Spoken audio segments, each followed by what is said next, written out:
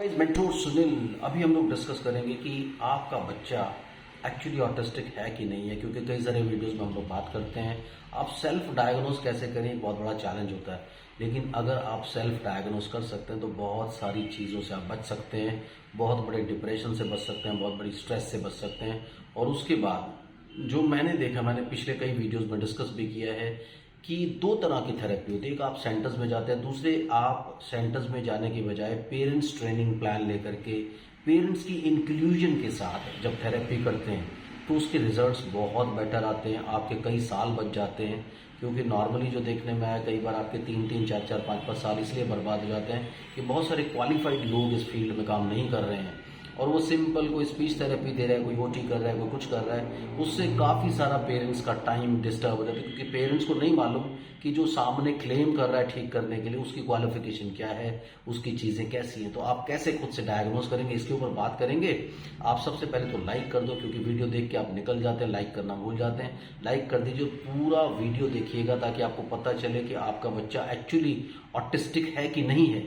मुझसे कंसल्ट करने के लिए 8168790299 आप डायल कर सकते हैं। +91 जरूर लगाएं अगर आप इंडिया के बाहर से कॉल कर रहे हैं। इंडियन कंसल्टेशन 2000, इंडिया के बाहर से कंसल्ट करना चाहते हैं 5000 रुपीज अकाउंट ट्रांसफर देकर आपको मेरा अपॉइंटमेंट इजीली मिल जाता है। तो चलिए बात करते हैं कैसे डायग्नोज करें। सबसे पहले तो आप अपनी खुद की हिस्ट्री में चले जाओ कि आपका बच्चा जब 7 महीने, 8 महीने, 9 महीने का था तो क्या तब तक वो सब चीज़ें नॉर्मल डेवलप हो रही थी, वो उस वक्त आई कांटेक्ट देता था, वो उस वक्त थोड़ा सा बताता था कि आप पूछते थे फैन कहाँ है, ये चीज़ कहाँ है, वो चीज़ कहाँ है, तो थोड़ी फिंगर पॉइंटिंग या आंखों को घुमा करके देखता था कि नहीं देखता था।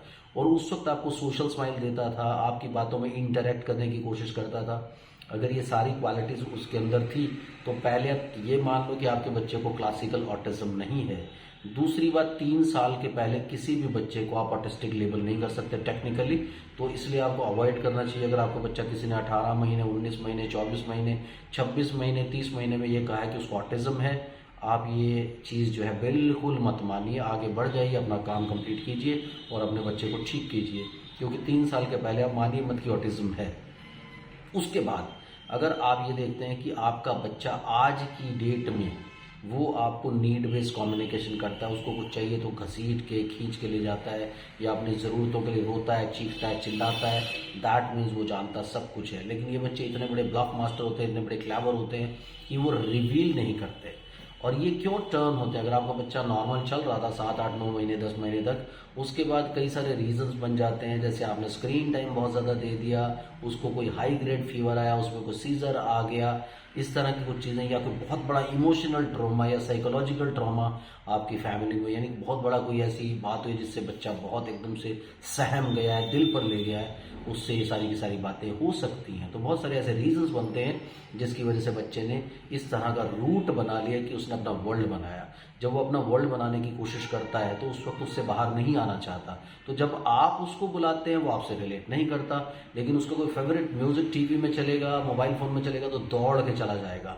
अगर आपका बच्चा ऐसा करता है, दूसरे नीड बेस्ड कम्युनिकेशन करना जानते हैं कि अपनी कोई चीज़ चाहिए तो खींच के ले जाएंगे, उसके लिए टेंट्रम भी थ्रो करेंगे, तो ये आप मान के चलिए कि इसका मतलब ये अंडरस्टैंड तो सब कुछ करता है। और अगर आपको ऐसा आभास होता है कि आपका बच्चा अंडरस्टैंड सब कुछ करता है, तो आप ये मान के चलो कि आपके बच्चे को ऑटिज्म नहीं है, आपका बच्चा सिंपली अटेंशन डेफिसिट है। और अगर उसमें हाइपर एक्टिविटी बहुत ज़्यादा तो ADHD कहेंगे। अगर उसमें हाइपर एक्टिविटी उतनी ज़्यादा नहीं है, उतनी ही है जितनी कि नॉर्मल बच्चे में होती है, तो ADD की प्रॉब्लम कहेंगे। तो यहाँ पर डायग्नोसिस बहुत इंपॉर्टेंट होता है। तो आप खुद से डायग्नोस करने की कोशिश करें अपने बच्चे को, डिप्रेशन से बचें, स्ट्रेस से बचें, और उसी के हिसाब से आगे थेरेपी लेने की कोशिश करें, तभी आपका बच्चा 100% नॉर्मल हो सकता है। Thank you very much, bye bye.